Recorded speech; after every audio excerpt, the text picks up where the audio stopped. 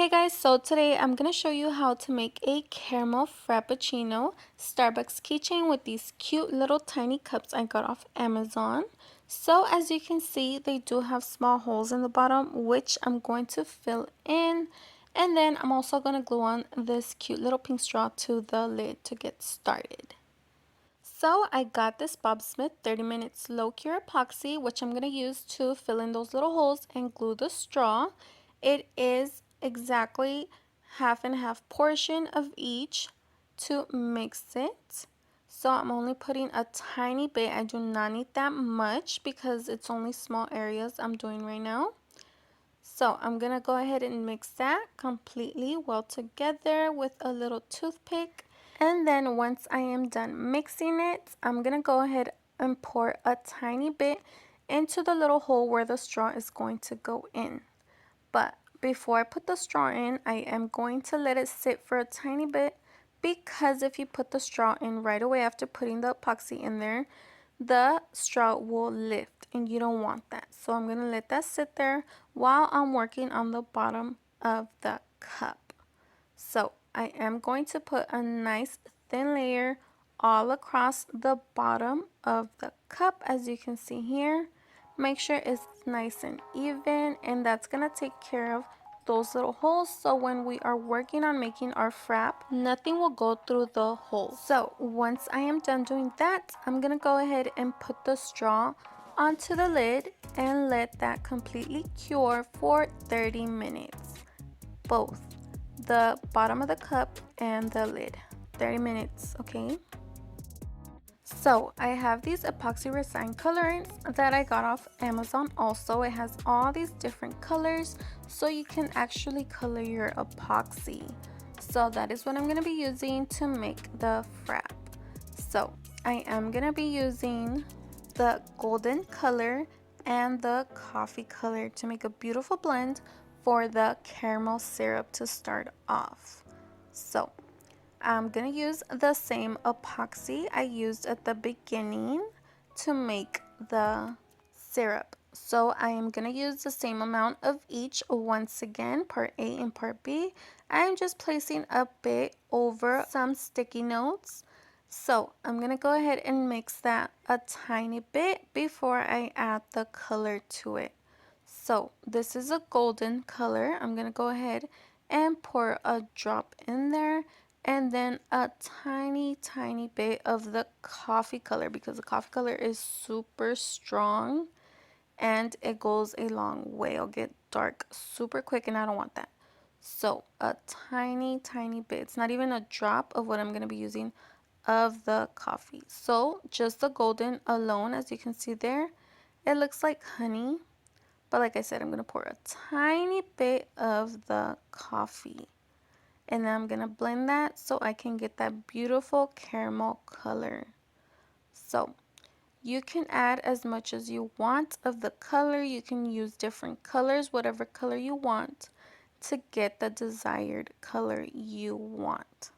So as you can see here, I mixed it all together and I got that caramel color I wanted, so I can put it around the cup like you see me doing here. I'm just going in with the toothpick and making small lines, like if the syrup was dripping on the cup. You know, when you order your caramel frap, it comes with the syrup in it sometimes, and it kind of looks like this. So that's why I'm using the toothpick to make those caramel lines before I actually go ahead and make my caramel frap. So once I am done doing the caramel lines, I'm actually going to do a nice layer in the bottom, spread it evenly, and I'm going to let that dry for 30 minutes because that's how long it takes for the epoxy to cure. So this is how it looks so far. And as you can see, since I sealed the bottom of the cup with the epoxy like I showed you guys in the beginning, now I can do this freely without having to worry about the caramel epoxy going through those holes, and it can dry. So I like to put them upside down like that so it can have more of a drip look once it's dry. So this is the finished product right here after the 30 minutes. This is how it looks. So now I'm going to go ahead and do the actual frap. So to fill these tiny cups, you need about 10 ml, but I am not filling them completely, so I am actually going to do a tiny bit below it. So I am once again using the same epoxy, the Bob Smith, and I am putting the same amount of each, measuring it in these little tiny measuring cups.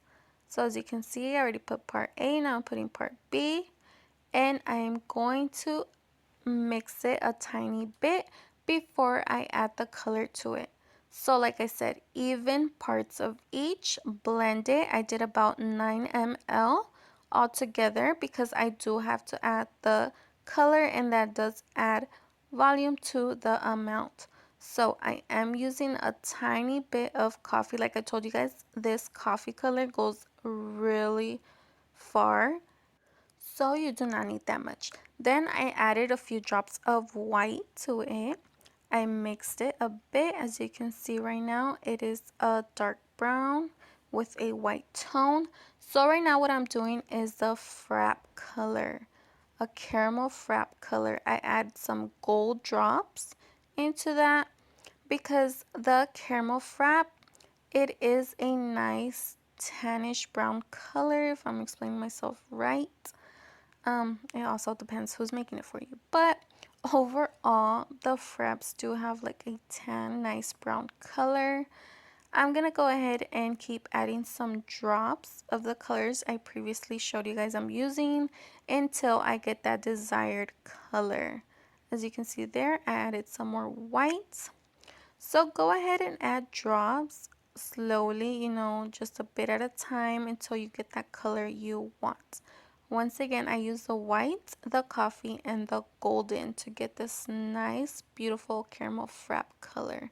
I am scraping the edges because I do want to make sure everything is completely mixed. As you can see there, the color is coming together. And once again, white, golden, and coffee. I got these from Amazon. I will link them down below just in case you guys want to go ahead and purchase them. So this is ready, and I'm going to go ahead and pour it onto the actual cup. So while the epoxy is still fresh, I'm going to go ahead and pour it in. Remember, this epoxy does dry in 30 minutes. As you can see, I'm scraping everything. And like if you buy Starbucks, they sometimes don't even fill them up to the top. So that is the look I am also going for. Like I said, I want this to be detailed and be realistic. So I poured it just a bit below the top of the cup. And then this is how it looks. I'm gonna let that completely dry. Be careful not to spill it. I'm just trying to show you guys right now how it looks. So after 30 minutes, this is the results, guys. Look at this, super cute. So now moving on, I have this whipped clay I got from Michael's. It is what I'm gonna be using to make the fake whipped cream. It comes with tips and these little baggies with the cream. So one thing I have learned is to play with it a bit so the clay will come out in the shape of the tip you are using, because if you do not warm it up a bit, it's just going to come out watery and we don't want that. So it does have different shape tips, your option. I'm going to be using this one, and I'm going to take off the lid once I'm done warming it up. Put on the lid that I'm going to be using the tip. And then I also like to have some little sticky notes on the side to make sure the cream comes out just how I want it to look before I actually put it on the cup. So this is a lid, guys. Take into consideration it does have this little part where the straw goes in, so you do not want to put whipped cream right there. We're going to leave a tiny gap in the middle so that straw part can go in and it can kind of camouflage it and blend in. So there you go, my whipped cream is ready. I'm gonna go ahead and put it onto the cup. Like I told you guys, I left that tiny little bit of gap because I want this to look realistic. I'm gonna go ahead and put the frosting right there, as you guys can see. I'm gonna do one line at a time, and then like I said, I'm gonna leave that tiny gap If you are using these cups, that is very important. Do not forget to leave that gap. You can see right there how it looks. It's a little hole right in the middle where the straw part is going to go. So in total, I did do about 4 or 5 layers of the clay.